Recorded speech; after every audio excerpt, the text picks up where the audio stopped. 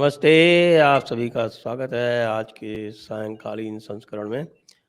और आज हम बात करेंगे चाय के प्याले में एक तूफान उठाने की कोशिश का, यानी कि सत्यपाल मलिक जी की बात कर रहे हैं हम। और सत्यपाल मलिक जी जो हैं वो अचानक कूद पड़े हैं। वैसे तो उनकी जो मनः स्थिति थी तो वो बहुत समय से दिख ही रही थी, जब से उनको गवर्नर के पद से च्युत किया गया है और सीबीआई के 600 करोड़ रुपए का केस उनके सामने है, जिसमें वो संभवतः आरोपी बन जाएंगे।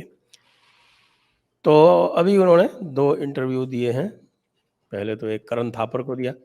अब करण थापर जो है उनका भी पारिवारिक इतिहास है। और दूसरा रवीश कुमार को दिया, जिनके बारे में कुछ कहने की आवश्यकता नहीं है। तो मैं आरंभ करूंगा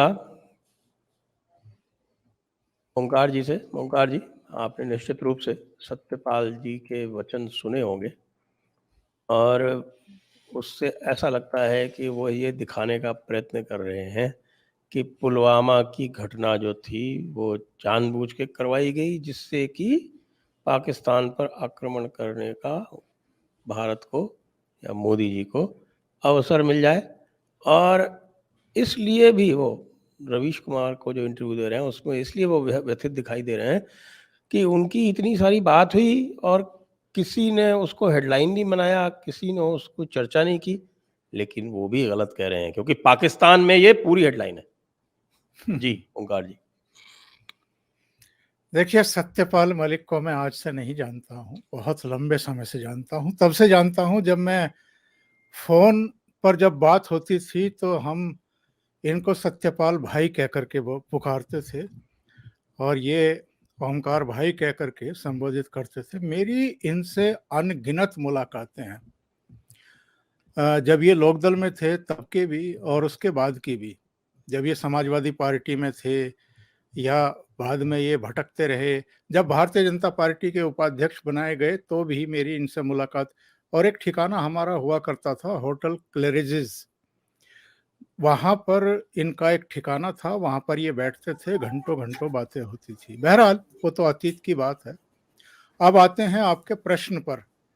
वो तो मैंने केवल इतने इसलिए बताया है कि सत्यपाल मलिक जो है वो कितने शेखी खोर हैं या चीजों को किस थोड़ा सा और बैकग्राउंड इनका बता दीजिए, जिससे इनके और भी स्पष्ट हो जाए।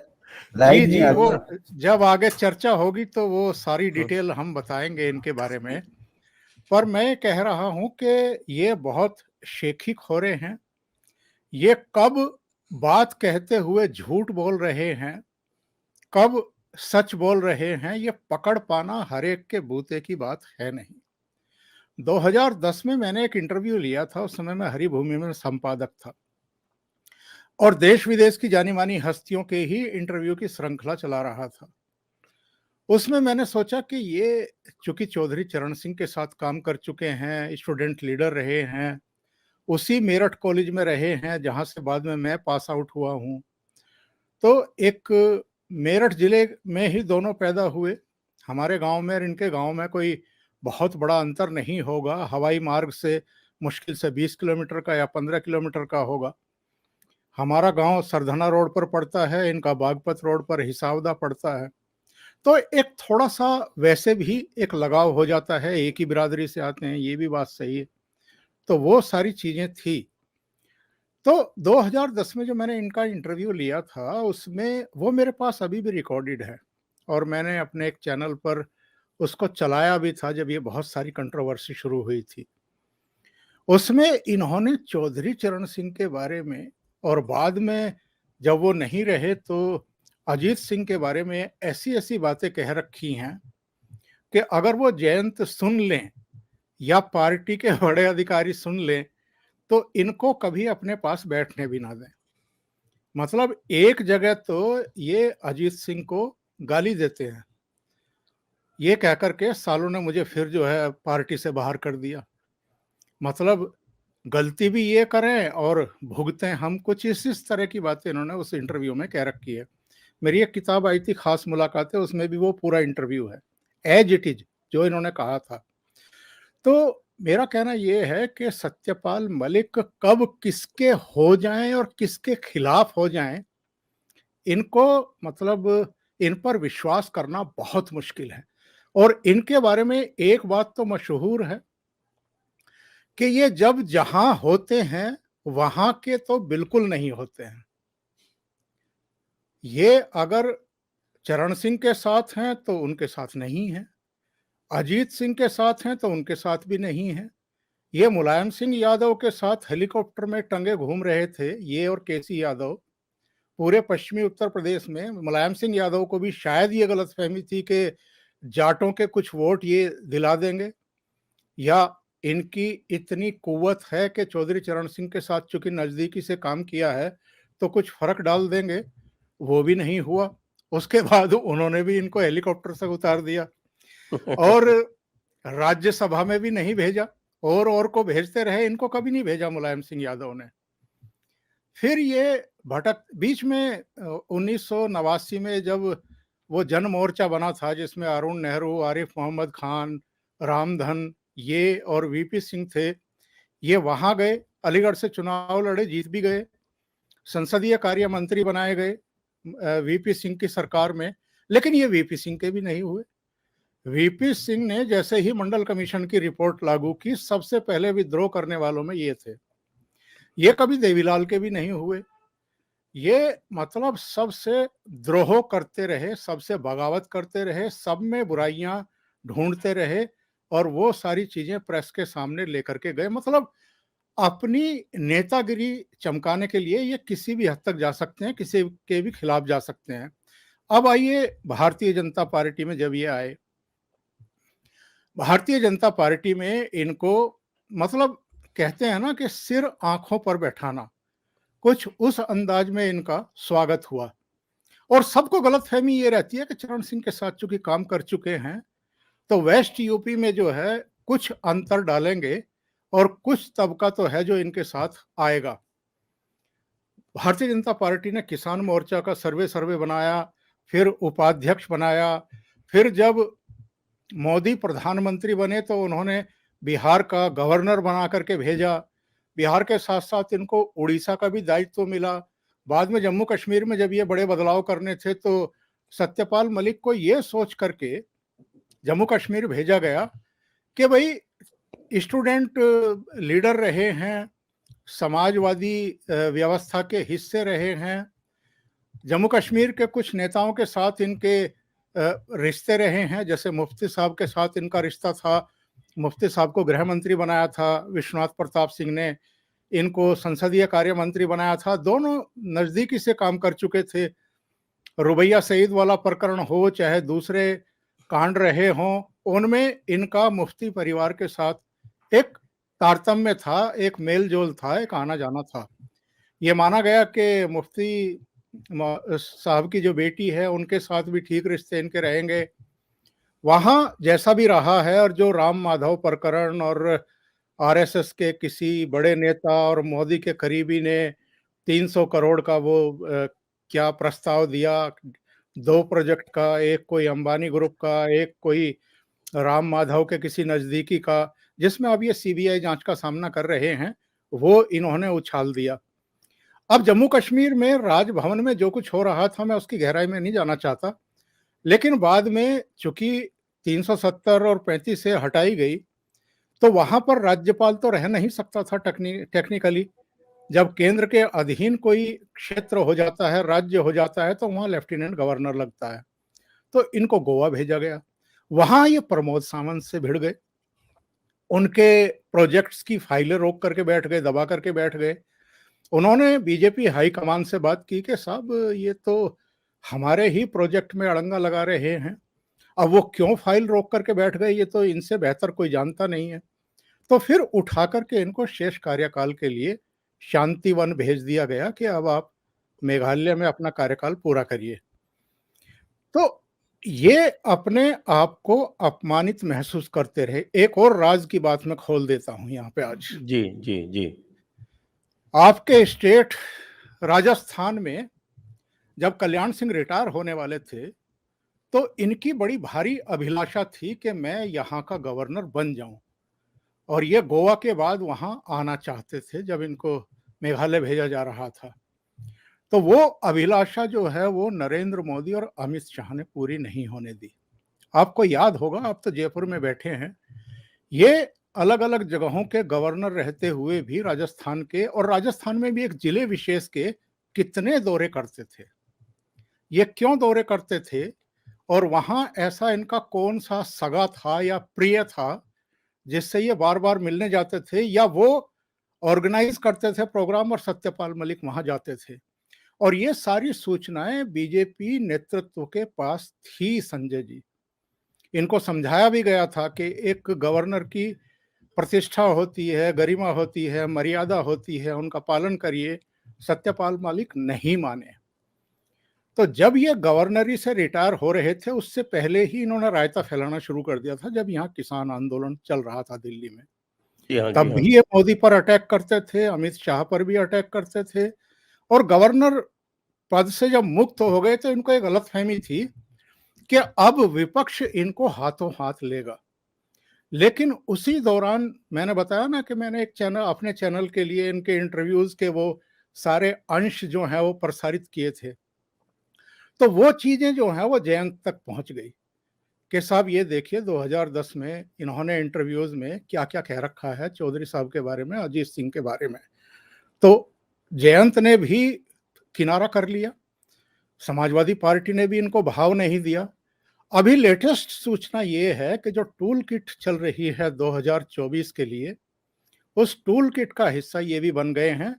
और करण थापर को इंटरव्यू दीजिए या रवीश कुमार को दीजिए, ये सब दिशा निर्देश कहाँ से मिले होंगे ये हम आप बहुत अच्छे तरीके से समझ सकते हैं। जी।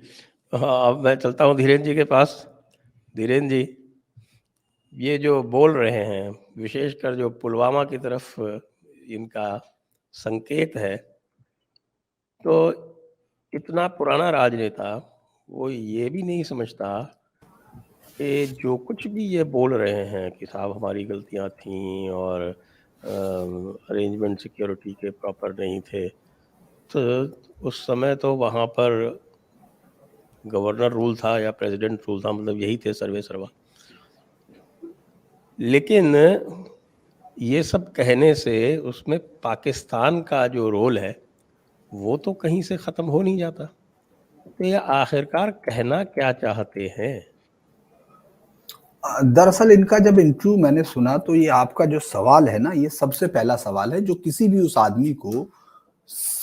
आदमी को जो ये समझता है कि सिस्टम कैसे काम करता है, सिस्टम में कैसे रहते हैं और इन सब बातों का क्या चीज इसके इंटरव्यू में नई चीज आ सकती है या क्या इन्होंने कहा। पूरा इंटरव्यू एक पीएम ने इनको कार्बेट पार्क से फोन किया और उसने कहा कि चुप रहिए। मतलब ये इस तरह का संवाद मुझे लगता है कि कभी जब लालू यादव या मुलायम सिंह यादव अपने बचपन के दोस्तों से मिलते होंगे उसके बाद से आज तक कभी नहीं किया होगा। उन्होंने जिनको हम लोग गांव का नेता मानते हैं, जबकि प्रधानमंत्री मोदी की छवि सबको मालूम है कि कितना संतुलित बोला, और पीएम इस तरह का बयान कि आप चुप रहिए, ये मतलब ये बोल सकते थे क्या? ये उस वक्त ये शब्द निकाल सकते थे गवर्नर रहते हुए? कोई इनसे मतलब ये सवाल है जिसका इस्तेमाल जैसे पाकिस्तान ने कर लिया। पाकिस्तान ने इस बयान का मैक्सिमम जो इस्तेमाल कर सकता था वो किया। उसने कहा कि अंतरराष्ट्रीय मंचों पर कि देखिए वो अपना हिंदुत्ववादी जो एजेंडा चलाता है पाकिस्तान को बदनाम करता है। इससे ज्यादा क्योंकि वो जो पूरा का पूरा ऑपरेशन है किस तरह अंजाम दिया गया, वो लड़का जो फिदाइन है वो इनसे ज्यादा सच बोल के चला गया। मतलब जिस आदमी ने इस देश के लिए सबसे बड़ा इतना घातक हमला किया कि हमको अपने 40 उन देश के बेटों को खोना पड़ा, वो इनसे ज्यादा सच बोल रहा है। मैं ये कहूंगा कि उसके पास मुझे लगता है कि इससे ज्यादा सही समझ होगी कि ये समझ ही नहीं पा रहे हैं कि ये कहना इस अपने फायदे के लिए, अपने को सुर्खियों में रखने के लिए और उन लोगों की जमात के लिए जो आजकल एक गिद्ध से ज्यादा कुछ नहीं रहे, जो मरने का इंतजार करते हैं किसी के ताकि उसको लेकर नोच कर भागें।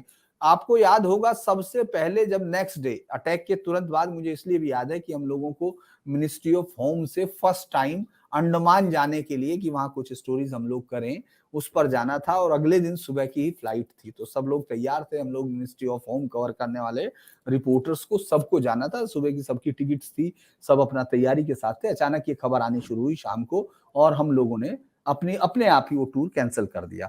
और वो कैंसिल करने के बाद हम में से ज्यादातर रिपोर्टर कश्मीर में थे उस मौके पर जहां ये सब हुआ। और सबसे पहला जो संजय जी जो उस समय सवाल उठे थे, आपको याद होगा, कहा गया कि अमूमन इनको एयरक्राफ्ट से जाते थे, इस बार एयरक्राफ्ट नहीं दिए गए और ये नहीं दिए गए। ये पहले सवाल थे जो प्रेस कर चुकी थी ये सवाल, और उस समय कारण भी बता दिए गए थे, भाई इतना बड़ा कान्वे है, जाएंगे, सिक्योरिटी है, सिक्योर्ड है। चूक जो हुई वो सब चीजें, आपको सिर्फ एक चीज पता चली कि प्रधानमंत्री ने एक आदमी को जिसको फोन किया और उसको कहा चुप रहिए। मतलब ये एक चीज आपको इंटरव्यू से पता चली। अच्छा, मैं आपको बता दूं, मैं तो 35 साल प्रशासन में रह चुका हूं और ये तो प्रोटोकॉल है कि कोई ऐसी गंभीर घटना होगी तो आप अचानक बिना किसी डिस्कशन के, बिना सब चीज़ें पता किए हुए आप ओपन में नहीं बोलेंगे। पहले आप सब चीज़ें जो हैं वो पक्की कर लेंगे और उसके बाद यदि प्रेस को बताना है या किसी को बताना है सामने आके, तो वो जो भी बताएगा जाके वो पहले सबसे चर्चा करके, और बिल्कुल लाइन तय हो जाती है कि इतना बोलना है और इससे अधिक नहीं बोलना है। ये तो स्टैंडर्ड बात है। इसमें इन्होंने कौन-सी नई बात कह दी? नहीं, इन्होंने नई बात कही जो इनके जहन में उस समय आ गई। जिस समय जो इंटरव्यू दे रहे थे तो उनको जो लगा, मैं ये नहीं मानता कि ये बहुत गंभीर आदमी के तौर पर हैं। पूरा राजनीतिक कैरियर सर ने बता ही दिया, ओंकार सर ने, कि क्या रहा। एक स्टूडेंट लीडर से शुरू करके एक चुनाव जो 74 से 77 में भारतीय क्रांति दल, मुझे लगता है बीकेडी जो हुआ करता था, उससे जीतने के बाद फिर राज्यसभा में लंबा समय, और उसके बाद वो 2 साल की सांसदी जो वीपी सिंह की लोकप्रियता के दम पर, उसके बाद ये अपने दम से पंचायत चुनाव नहीं जीत सकते। इस बात को आपको मुजफ्फरनगर के 370 चौधरी लीडर सुना सकते हैं। यहीं मैं अगर उनको नंबर जोड़ता चला जाऊंगा तो जिन्होंने इनके साथ काम किया। और ये चूंकि बीजेपी की हमेशा से, मुझे लगता है कि ये शायद वेस्टर्न यूपी को लेके एक कंफ्यूजन उनको हमेशा रहता है कि कौन आदमी हमको वोट लाके दे देगा, और वो ये जानते नहीं कि वोट मिल क्यों रहे हैं। तो उनमें से एक ये भी कारण है कि वो सत्यपाल मलिक। लेकिन इसका सबसे बड़ा नुकसान ये होता है कि कोई शख्स अपने फायदे के लिए देश के सर्वोच्च उस पद पर बैठे हुए आदमी को इस तरह के शब्दों से, जो कि एक डेकोरम भी नहीं, क्योंकि ये सीधा हो ही नहीं सकता कि उस वक्त कोई आदमी नहीं होगा, बातचीत नहीं होगी, पीएम ऐसे बातचीत करेंगे। और इनको इतनी देर में ये पता चल चुका था, अगर ये मान लीजिए कि पीएम उस दिन शूट हो रहा था, जब वो बाहर निकले और उन्होंने फोन किया होगा और इनके पास इतनी डिटेल आ गई होंगी, मतलब इनको इतना पता चल चुका होगा कि साहब हमने ये गलती कर दी। उस समय ये बात करने की थी, या उस समय बॉडी आनी थी, आपको याद होगा संजय जी, बॉडी आनी थी, पूरे देश को देखना था, वो सारी चीजें। तो ये एकदम फिग ऑफ इमेजिनेशन का बहुत अच्छा कलेक्शन है जो इनके पास है। और जो दूसरे की इल इन्फॉर्म्ड है, जिस आदमी ने इतना बड़ा फैसला लिया हो, जिसके पास वेल इन्फॉर्म, जो इस देश की बहुत सारी रवायतों को, और मैं कह रहा हूं कि वो छोड़ दीजिए कि वो कौन है, क्या है, इस देश का प्रधानमंत्री इल इन्फॉर्म्ड होता है क्या? जिसको डीआईबी सुबह ये ब्रीफ करते हो, जिसको एनएसए ब्रीफ करता हो, वो इन्फॉर्म्ड है इनके मुताबिक। मुझे लगता है कि ये इतने साल तक अगर ये राज्यपाल रहे हैं तो ये बेसिक डेकोरम से भी अलग रहे होंगे, प्रोसीजर से भी अलग रहे होंगे, और इनको सिर्फ अपना जो उसका जो दिखावा है उसके अलावा इनके पास कुछ नहीं रहा होगा। वरना ये सबको मालूम हो जाता है। जो आप बता रहे हैं, आप तो 35 साल रहे हैं, हम जैसे लोग भी जो सिर्फ कवर करने के लिए इन सब में जाते हैं, वो जानते हैं कि इनका ओएसडी, इनके वो सब लोग, सबको पता रहता है बाकायदा कि मिनट्स टू मिनट्स बनते हैं। कुछ नहीं बने, प्रधानमंत्री को इन्हीं से ये कहना था कि चुप रहिए, नहीं तो पूरे देश में तबाही ला देते, या कुछ भी, मतलब इससे बहुत उलट पुलट हो जाता उस वक्त। दूसरा एक और बड़ी बात इन्होंने कही कि साहब, एक और शब्द में इनका दुनिया कि डोवाल से भी इन्होंने ये कहा, ये तमाम चीजें कहा, लेकिन ये कहते हुए बाहर नहीं आए, ये फुटबॉल होते रहे। ये इन्होंने कहा कि इनको जम्मू कश्मीर से वहां भेज दो, वहां भेज दो, ये जाते रहे खुश होके, लेकिन जैसे ही हटे तो इनको याद आ गया कि मैंने तो उनको ये कहा था। ये एकदम, और जिन लोगों ने इनके इंटरव्यू लिए, जिन सब से वो जो है, वो भी शायद ये समझ रहे हैं कि बासी कढ़ी लगातार उबलती रहती है, लगातार उबलती रहती है, क्योंकि इनमें से एक भी चीज नहीं है। दो आदमियों का संवाद है, अगर पीएम का इनका है, जिसमें से पीएम की तरफ से ना कुछ आया, और मुझे नहीं लगता कि पीएम इस बात को कोई तरजीह दे रहे नहीं, होंगे। वो खंडन करेंगे भी नहीं। वही मेरा सिर्फ यही कहना है कि एक कोई चला भी नहीं रहा है, हम लोग तो फिर भी चर्चा कर रहे सोच ही हैं। नहीं सकता। हाँ, मैं यही कह रहा हूँ कि इस पर कोई सिंसियर आदमी इसको सोच ही नहीं सकता। और ये बात जो किसान आंदोलन के वक्त, मैं हैरान हूँ कि बीजेपी ने इतनी कर्टसी बरती है, जीतने के लिए जाने नहीं जाते हैं। इस पार्टी के जिन दो नेताओं के लिए कहा जा रहा है, क्योंकि किसान आंदोलन के वक्त जैसे जैसे बयान ये दे रहे थे कि उनके खिलाफ आप ओवरकम नहीं कर सकते, जाटों को आप नहीं कर सकते और खत्म नहीं कर सकते किसानों को, ये सब एक, मैं तो ये मानता हूं, मुझे बहुत कड़े शब्दों से बचना चाहिए, लेकिन उसके बावजूद मुझे लगता है कि एक सीजन्ड पॉलिटिशियंस कभी इस तरह के बयान नहीं दे सकता, जो हमेशा दूसरों के कंधों पर रहा हो, जिसने कभी जमीन का रिश्ता ना जोड़ा हो, सिर्फ जाट होने के नाम से वो अपने आप को ये मान बैठा हो कि मैं खेतीहर हूं, मैं किसान हूं और मेरे से बड़ा किसानों का हितैषी कोई नहीं, उसके अलावा ये कोई नहीं दे सकता। पोस्ट होने की वजह से हम और आप इस पर बात कर रहे हैं, वरना ये शख्स की पॉलिटिकल कैरियर को देखने के बाद, और चूंकि मैं मिल चुका, और हाँ, एक बात जब उन्होंने कही पर्सनल, तो मैं भी कह देता हूं, हालांकि हम लोगों के डेकोरम में नहीं आता, ये ऑफ द रिकॉर्ड होती है। ऑफ द रिकॉर्ड में मिलने गया था हम लोग उस वक्त, मैं भी नहीं था, मेरे साथ दो रिपोर्टर और थे, तो इसीलिए सत्यपाल जी कम से कम ये नहीं कह पाएंगे कि मुझे धीरेन्द्र ने कहा और मैंने उसको कह दिया कि हाँ ऐसा हुआ। हम लोग 3 राजभवन गए और हमने इनसे बातचीत की। मुझे लगता है कि ये ज्यादा इन्फॉर्म्ड होंगे, इनके बारे में कुछ नहीं होगा। वो खूबसूरत सा जो महल है जिसमें रहते हैं राजभवन में, इनको ज्यादा, क्योंकि उस समय भी बीवी चंद्रशेखर, शायद अगर मैं नाम पूरा नहीं कर पा रहा हूँ, उस समय सेक्रेटरी जो कश्मीर थे, वो ज्यादा बेहतर तरीके से समस्याओं को जब हम लोग बात कर रहे थे तो समझा चीफ पा रहे थे। सेक्रेटरी बीवी सुब्रमण्यम था। हाँ, बीवी सुब्रमण्यम, माफ कीजिएगा, मुझे चंद्रशेखर याद आ रहे थे, बीवी सुब्रमण्यम है। तो हम लोग जब उनको समझ रहे थे और इनको समझ रहे थे, तो जमीन आसमान का अंतर दिख रहा था। तो मुझे लगता है कि एक बयान, एक हताशा, इनको कोई नहीं मान रहा है, इनको जयंत चौधरी आके नहीं कह रहा है कि आप हमको रोशनी दिखाइए, और इनको बागपत की जनता सड़क पर मोमबत्ती लेकर मिल नहीं रही है कि आप आइए और हम करें। इससे ज्यादा इनके लिए मुझे नहीं लगता कि इनके बयान में कोई भी एक सार गर्भित बात होती, क्योंकि जो लोग बात कर रहे थे ये वो लोग हैं। अगर हम लोग आप ही अपने इसी समय जब हम अटेंडम बात कर रहे हैं, अगर आप उनके उस समय के बयान उठा के देख लीजिए, करण थापर हो, या मैं करण, माफ कीजिए, मुझे नाम लेना नहीं चाहिए, लेकिन उन तमाम लोगों के नाम आप लेगिए, आपको दिखेगा वो यही सब बातें कर रहे थे, क्यों नहीं पहुंची, क्या हुआ, और अचानक अब उनको लगा कि ये एकदम नई बात कह दी है। तो ये समझ में नहीं आया कि वो कौन सी नई बात कह दी है। तो ये एक मजाक से ज्यादा कुछ नहीं है। और मुझे याद आ रहा है, ओंकार जी, मैं इसी में ऐड करूंगा थोड़ा सा, जी जी, क्योंकि इन्होंने ये भी एडमिट किया कि अमित शाह के हवाले से इन्होंने जो ये कहा था कि अमित शाह ने कहा कि यस, पीएम किसी की बात नहीं मानते हैं आजकल, और इसका अब दिमाग ये फिर कह रहे गया हैं है। कि साहब कि वो मैंने झूठ बोला था। तो इसका क्या, इसकी क्या गारंटी है कि जो आज बयान दे रहे हैं वो झूठ नहीं बोल रहे हैं? और साथ में राम माधव वाली बात पे कि राम माधव ने इनको 300 करोड़ रुपए का ऑफर दिया, उस पे भी ये कह रहे हैं कि राम माधव ने खुद नहीं कहा, लेकिन मुझे पता था। ये क्या है? ये तो बिल्कुल जैसे बच्चे बात करते हैं ना, उस तरह की बातें हो रही। कंट्रोडक्टरी बात जो है इन्होंने 2 की हैं। एक तो अमित शाह के बारे में जो कुछ कहा कि साहब अमित शाह ने मुझसे ये कहा था कि मोदी का दिमाग फिर गया है, मतलब घमंडी हो गए हैं।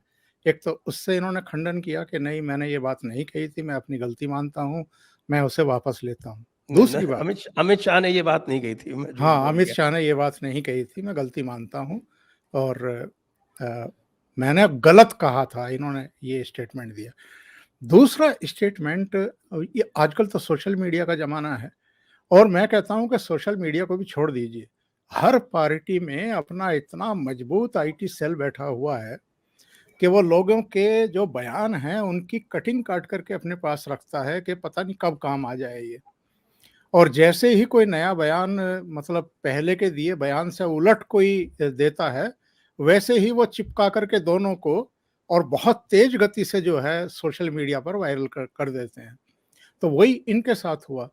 इन्होंने पहले शायद 2018 या 2019 में जम्मू कश्मीर पर नरेंद्र मोदी की प्रशंसा की थी। इन्होंने कहा था कि अटल जी भी जम्मू कश्मीर को लेकर के बहुत सकारात्मक रहते थे, बहुत अच्छा उनका सम्मान था, लेकिन नरेंद्र मोदी से बेहतर प्रधानमंत्री जम्मू कश्मीर के लिए कोई नहीं हो सकता। और अब क्या कह रहे हैं कि जम्मू कश्मीर के बारे में तो नरेंद्र मोदी को कोई जानकारी ही नहीं है। मतलब आप क्यों अपना मजाक बनवा रहे हैं बुढ़ापे में, और क्यों आप ये सारी हरकतें कर रहे हैं, किसको खुश करने के लिए कर रहे हैं? और जिनके पास अपने ही बड़े नेताओं को कुछ देने के लिए अब कुछ नहीं बचा है, वो आपको देंगे क्या? कुछ नहीं दे सकते हैं वो तो खुद ही 2 बार तो कम से कम ऐसा हो चुका कि जब इस देश ने उनको नेता प्रतिपक्ष का पद देने लायक भी नहीं छोड़ा, तो वो अब सत्यपाल मलिक को कुछ देंगे। ये सारा कुछ ऑर्गेनाइज मुझे तो लगता है कि कांग्रेस की तरफ से है।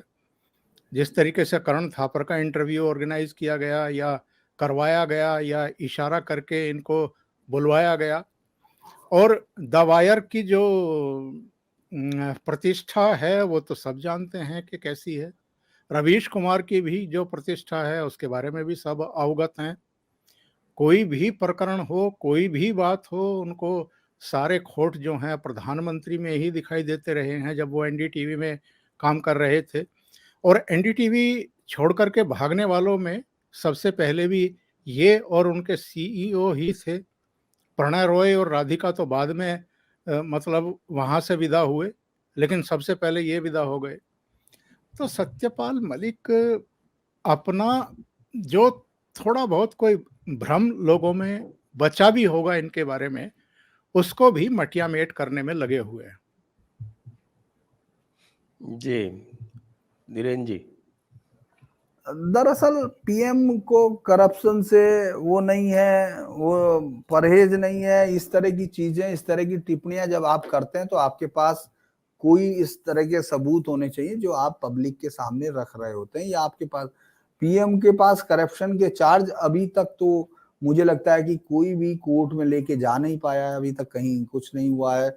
और अगर आपके पास सबूत है तो आपको वो शेयर भी करने चाहिए। लेकिन ये इस तरह की हल्की बातों को लेकर लोगों का ट्वीट करना, ये करना, उनको लग रहा है कि जैसे इनका एफिलिएशन प्रधानमंत्री नरेंद्र मोदी के साथ शुरू से रहा है और ये कारण दे रहे हूँ, उदाहरण दे रहा हूँ। ऐसा कोई चीज आपको नहीं दिखती। इनकी कितनी मुलाकातें हुई होंगी, और चूंकि वो भी उस पोस्ट पर जाने की वजह से जो मुलाकात होती है, जो बहुत ही ज्यादा कस्टमरी, मतलब एक जिसमें एक एक चीज का रिकॉर्ड रखा जाता है, उस तरह की बातचीत है।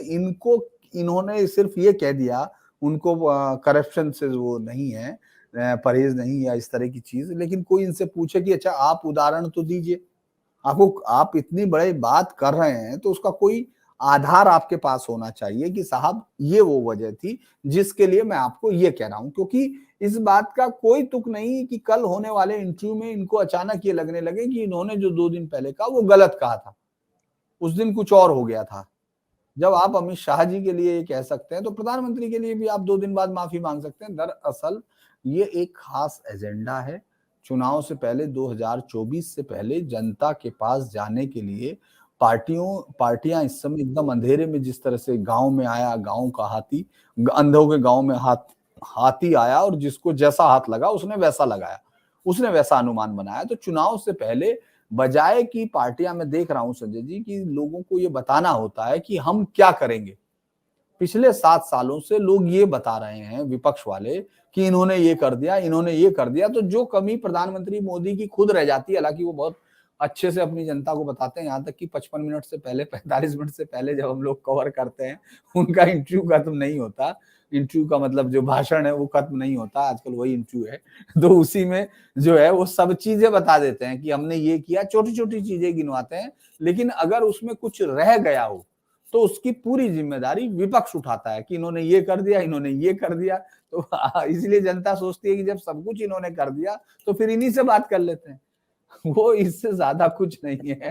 मुझे ये लगता है कि एक कमी है 2024 के चुनाव तक हम इस तरह के बहुत सारे, हो सकता है कुछ और आपको ब्यूरोक्रेट्स दिखाई देंगे जो इस तरह के बयान लेके आ जाएंगे, कुछ और पॉलिटिशियंस जो जिनको अभी टिकट नहीं मिला, जैसे जिसको टिकट नहीं मिलता है आप देखेंगे, जैसे अब कल सीएम पूर्व सीएम सेठार को टिकट नहीं मिला तो अचानक आप देखेंगे तमाम लोगों को लगा कि ये बहुत सही बोलते हैं। अचानक इतने दिन तक वो नहीं बोल रहे थे, जो बीजेपी के लिए उन्होंने कहा होगा वो नहीं बोल रहे थे, लेकिन कल के बाद आज की अखबारों की आपको हेडलाइन से पता चल जाएगा कि सेठार साहब ने उनके गले पे, जैसे मान लो किसी दूसरे दल ने जबरदस्ती, खासतौर से बीजेपी ने पकड़ कर रखा हुआ था कि नहीं तुमको यही बना रहना है, मंत्री बनना है तुमको, उनको ब्लैकमेल कर रहे थे और अब इनको मौका मिला है, भाग के दूसरी पार्टी में जाके बदलाव लाएंगे। तो उस तरह के आप देखेंगे, इस तरह की चीजें होंगी। ये 24 से पहले का एक पैतरा है जिसमें मुझे लगता है कि सतपाल मलिक का एक बात मुझे नहीं समझ में आ रही कि उनके पास अब क्या चीज का आकर्षण है, क्या वो लोकसभा लड़ना चाहते हैं, क्या वो राज्यपाल दोबारा बनना चाहते हैं, और दोबारा जिस पार्टी से बनना चाहते हैं कौन सी वो पार्टी है जो टिम्बकटू से लेके वहां तक ले जाएगी उनको, क्योंकि हिंदुस्तान में तो अभी नहीं दिख रहा है, क्योंकि मेरे विचार से होम मिनिस्ट्री बनाएगी और प्रेसिडेंट की अनुशंसा पे उनको बनना होगा और सरकार चुनेगी, तो उनमें तो अभी नहीं लग रहा कि इनका कोई नंबर है। तो ये क्या चाहते हैं, ये हमारा सवाल होना चाहिए कि आखिर ये चाहते क्या है, क्योंकि ये उनको भी नहीं पता, तो हम मदद करें उनकी इसको ढूंढने में कि वो आखिर चाहते क्या है। बल्कि ओमकार जी को मैं राय दूंगा कि अपने पुराने दोस्ती का ख्याल रखते हुए उन तक जाएं, मिले और उनको मदद करें कि आप चाहते क्या है, मैं खुजवाने आया हूँ।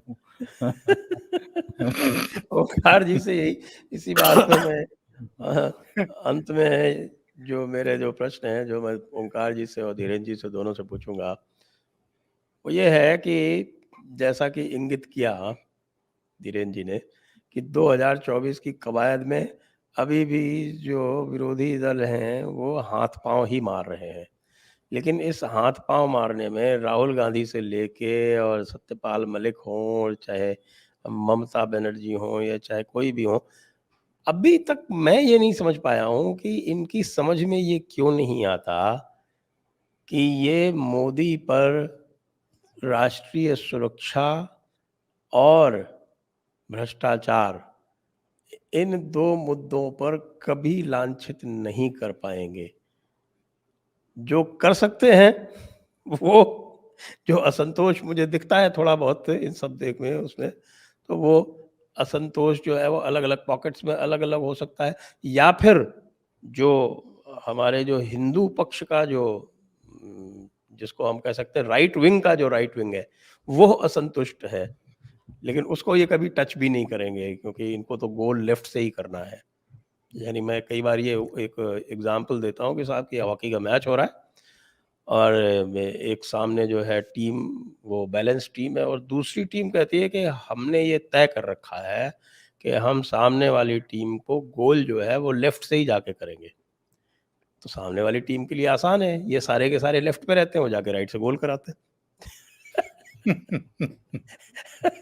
और 20-20 गोल से उनको हरा देते हैं और खुद का जो है वो अपना को ये उनके लेफ्ट से जाने की कोशिश करते हैं, उसको प्रोटेक्ट करके रखते हैं। जी, मैं आपकी बात से एक्चुअल में 100% नहीं 200% सहमत हूँ कि जो राष्ट्रीय सुरक्षा के लिए नरेंद्र मोदी ने किया है, सेनाओं को मजबूती देने के काम से लेकर के और चीन की जो सरहद है उससे जुड़े हुए इलाकों में जो इंफ्रास्ट्रक्चर उन्होंने तैयार किया है, और जिस तरीके से अमेरिका से, फ्रांस से, इजराइल से, रूस से तमाम अत्याधुनिक साजो सामान खरीदे हैं सेना के लिए, उसके बाद आप ये आरोप तो नहीं लगा सकते। और 2 कांड, उड़ी के बाद जो सर्जिकल स्ट्राइक हुई थी पाकिस्तान में घुस करके मारना, और पुलवामा के बाद एयर स्ट्राइक बालाकोट में, वहां पर एक पूरे ट्रेनिंग सेंटर को और आतंकवादियों को उड़ा देना, इसके बाद आप उन पर ये आरोप तो नहीं लगा सकते कि साहब राष्ट्रीय सुरक्षा को लेकर के वो कहीं कोताही बरत रहे हैं। दूसरे, जो आपने कहा कि साहब नरेंद्र मोदी की ईमानदारी पर कोई प्रश्न नहीं उठा सकता या उन पर कोई भ्रष्टाचार का आरोप नहीं चेप सकता। जब वो चीफ मिनिस्टरशिप से हटे थे गुजरात में और यहाँ आए थे प्रधानमंत्री बनने के लिए, तो उनके खाते में जो चीफ मिनिस्टर की सैलरी होती है, जो दूसरे अपने भत्ते वगैरह होते हैं, कुल मिलाकर के 55 लाख के आसपास था। और वो उन्होंने ये कह दिया था अपने चीफ सेक्रेटरी को कि जो मेरे स्टाफ में लोग थे, चाहे ड्राइवर है, रसोइया है, दूसरे लोग हैं, ये उनके परिवारों में बांट दिया जाए ताकि शादी ब्याह लड़कियों के लिए जो एजुकेशन है वो सब जो है कंप्लीट हो सके। जो व्यक्ति नेपाल के किसी बहादुर को अपने बेटे की तरह रख करके पढ़ाए, उसको काबिल बनाए, वो भैया अब ना उसके आगे है ना कोई पीछे है, ना उसको भाई भतीजावाद करना है, ना उसे फूफा जी का ख्याल रखना है, ना जीजा जी का ख्याल रखना है। वो किसके लिए भ्रष्टाचार करेगा? तो ये 2 चीज़ें इस देश को अच्छे तरीके से समझ में आ चुकी हैं कि वो तो सिर्फ़ और सिर्फ़ या तो जो उनके बहुत क्रिटिसाइज़ करते हैं नरेंद्र मोदी को कि ये तो साहब कोई नोबेल पुरस्कार, शांति का नोबेल पुरस्कार लेने के लिए ये सब कर रहे हैं या अंतर्राष्ट्रीय स्तर पर चर्चित होने के लिए कर रहे हैं। अलग-अलग देशों के लोग आकर के भारत में ही उनके नेतृत्व की, उनके विज़न को लेकर के उनकी तारीफ़ कर चुके हैं। तो उस पर मैं ज़्यादा नहीं बोलूँगा। पर मेरा कहना ये है कि जो इस समय एक वातावरण बनाने की कोशिश हो रही है, मुझे लगता है कि ये एक आखिरी कोशिश है 2024 से पहले कि जो एक ठीक-ठाक छवि अभी भी इनकी बनी हुई है और जो इनकी लोकप्रियता में कमी नहीं आ रही है, कम से कम नरेंद्र मोदी की व्यक्तिगत लोकप्रियता में कोई कमी नहीं आ रही है, एज़ लीडर कोई कमी नहीं आ रही है। अलग-अलग राज्यों में भारतीय जनता पार्टी को धक्का लगता है, वो सब बाय डिफ़ॉल्ट जो उनकी स्टेट सरकारें हैं, जो उनका नेतृत्व है, जो विधायकों की नाकामियाँ हैं, जो लोगों की नाराज़गियाँ हैं, वो सब कारक हो सकते हैं। मैं एक विपक्ष को सलाह देना चाहता हूँ आज। अगर उनके पास मुद्दों का इतना टोटा है कि वो समझ नहीं पा रहे हैं कि नरेंद्र मोदी को घेरा कैसे जाए और नरेंद्र मोदी को की छवि को कैसे वो छिन्न-भिन्न करें, जो हो नहीं रही है। 2013 में जब भारतीय जनता पार्टी ने नरेंद्र मोदी को अपना प्रधानमंत्री का फेस बनाया था, एनडीए ने उस पर डिटो किया था। उसके बाद से जो देश भर में इन्होंने 2013 के आखिर में और 2014 में चुनाव से पहले जो रैलियां की हैं, जो सभाएं की हैं, उस समय के इनके भाषण क्यों नहीं सुनता विपक्ष? ठीक तरीके से, ध्यान से उन भाषणों को सुने और उस समय देश को जो सपने दिखाए थे नरेंद्र मोदी ने, उनको जरा नोट करें और उन सारी चीजों को लेकर के जरा जनता के बीच में जाए और कहे कि भाई नरेंद्र मोदी ने 100 स्मार्ट सिटी बनाने की बात कही थी, ये ऐसे वादे किए थे, 2022 तक हर एक को छत मिल जाएगी, ये बात की थी, तमाम तरह की दूसरी बातें, तमाम तरह के दूसरे वायदे किए थे। क्या ये पूरे कर पाए नरेंद्र मोदी? और अगर 9 साल में, 10 साल में ये सारे वायदे ये पूरे नहीं कर पाए, तो फिर ये जो 60-70 साल की अपनी पूर्ववर्ती सरकारों पर लांछन लगाते हैं, तो उसमें कितना दम रह जाता है? नरेंद्र मोदी को उनके ही भाषणों, उनकी ही पूर्व घोषणाओं और जो वायदे उन्होंने किए थे, उस पर आप घेर सकते हैं कि ये नाकाम रहे हैं, जो सपने इन्होंने देशवासियों को दिखाए थे। वहां तो ये घेर सकते हैं नरेंद्र मोदी को। और देश की राष्ट्रीय सुरक्षा को लेकर के, भ्रष्टाचार को लेकर के अगर आप सवाल करेंगे, महंगाई को लेकर के भी सवाल करेंगे, तो आप नहीं घेर पाएंगे। क्योंकि आप अपने आस-पड़ोस के देशों में ही देख लो कि मुद्रास्फीति की दर क्या है और इनकी जो मुद्रा है, वो किस हालत में पहुंची हुई है। जो बेरोज़गारी है, ये केवल हिंदुस्तान का मसला नहीं है, ये पूरी दुनिया का ही मसला है।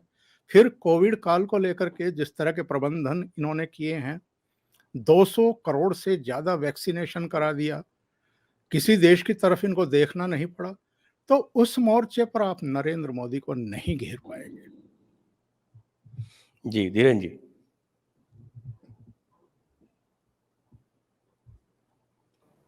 मुझे ये लगता है कि 24 के चुनाव के लिए विपक्ष जिस तरह की चीज से जूझ रहा है वो है कि जैसे मैं एक छोटे से उदाहरण के साथ दे सकता हूँ कि पूरी तरफ हल्ला मचा हुआ है, कपड़े कौन से पहनेंगे, वो क्या होगा, उस समय मौसी जी क्या पहनेंगी, चाची जी क्या पहनेंगी, और जब लड़की वरमाला लेके चलेगी वो क्या होगी, और जब किसी ने पूछा कि भाई साहब बारात कब आनी, कह रहा अभी हम दूल्हे की तलाश में हैं।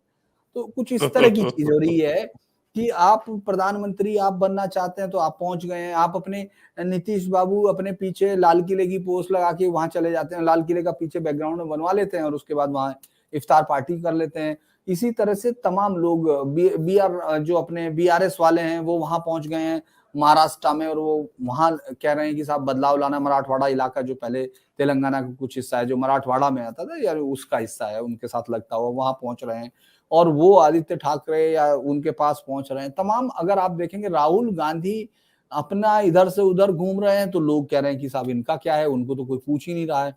अरविंद केजरीवाल इस समय बिल्कुल इस मुद्रा में है कि वो उनसे बड़ा कौन हो सकता है, क्योंकि उन्होंने कई राज्यों में पार्षदी भी जीत ली है।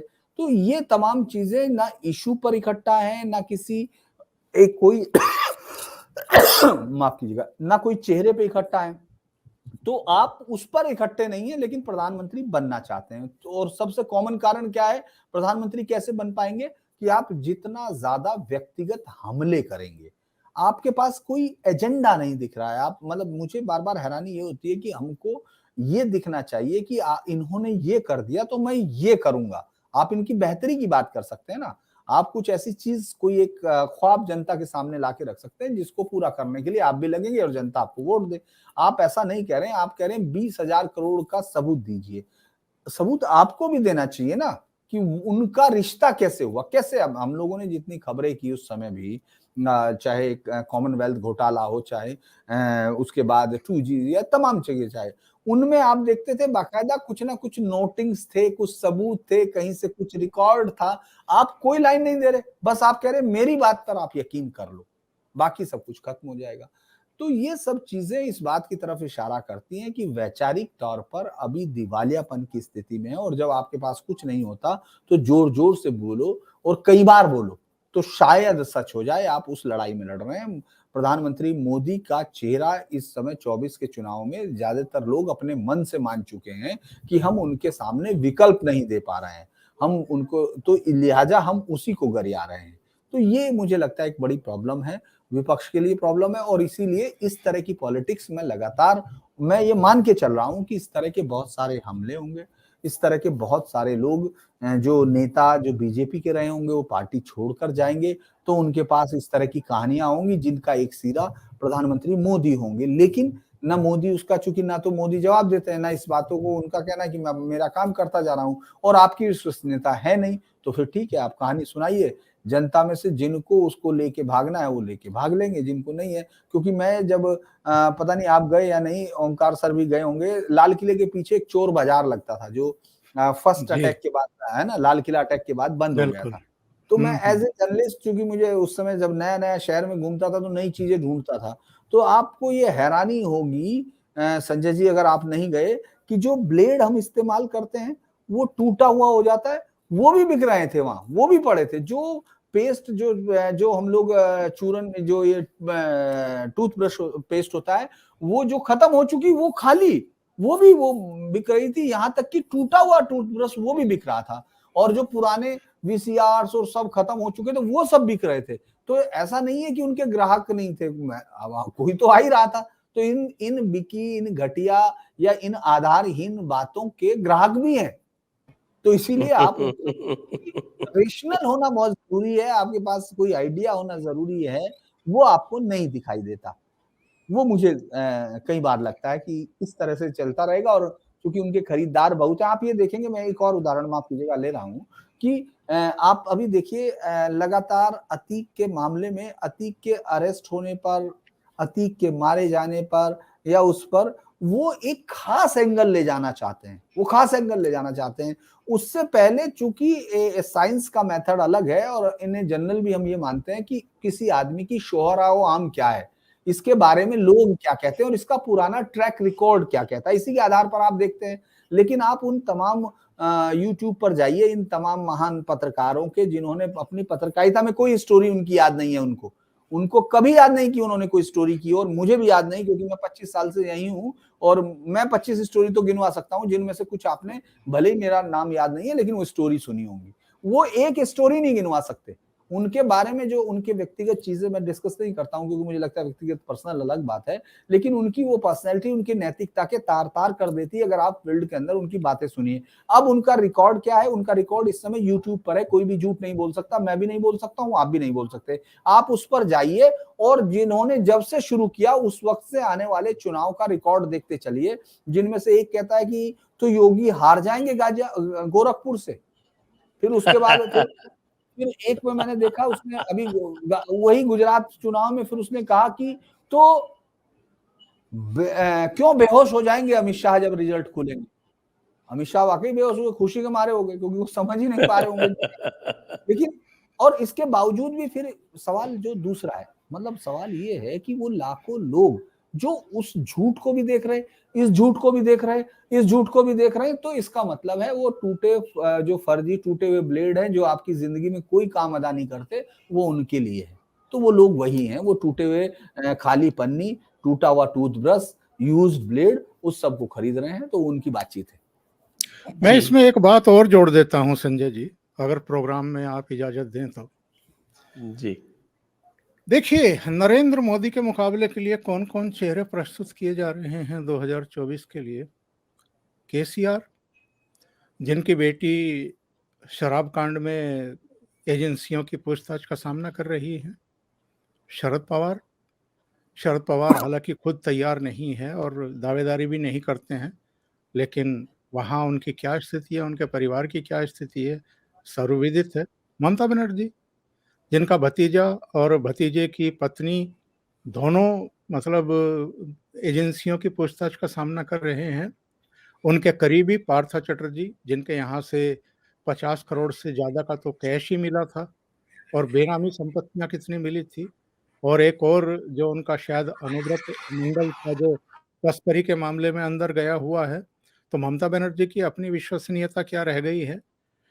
जो बचे आपके अरविंद केजरीवाल, कल ही 9.5 घंटे सीबीआई ने उनको ग्रिल किया है।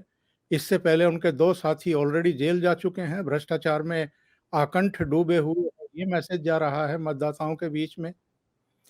कोई बचा हुआ है क्या? और राहुल गांधी और सोनिया गांधी, जिनसे 8 दौर की पूछताछ ऑलरेडी ईडी कर चुकी है, और अभी राहुल गांधी की सांसदी चली गई 2019 के उनके एक बहुत ही गैर जिम्मेदाराना बयान के ऊपर जो उनको सजा सुनाई सूरत की कोर्ट ने। तो कोई एक चेहरा है क्या विपक्ष के पास जो ये कहे कि हम बेदाग हैं, हमारी कोई इन्वेस्टिगेशन नहीं हो रही है और हम पर लोग रिलाय करते हैं, हम पर लोग भरोसा करते हैं? एक चेहरा आज की तारीख में विपक्ष के पास नहीं है। जी, बिल्कुल सही कह रहे हैं आप। तो अब इसी बिंदु पर हम आज की इस चर्चा को विराम देंगे। आप सभी दर्शकों का बहुत बहुत धन्यवाद, और दर्शकों से अनुरोध है कि कृपया इस वीडियो को लाइक करें, शेयर करें, चैनल को सब्सक्राइब करें और साथ में हमें सपोर्ट भी करें। दर्शकों को धन्यवाद देते हुए ओंकार जी आपको बहुत बहुत धन्यवाद, धीरेन्द्र जी आपको बहुत बहुत धन्यवाद। जय हिंद, वंदे मातरम। नमस्कार, आपका भी धन्यवाद।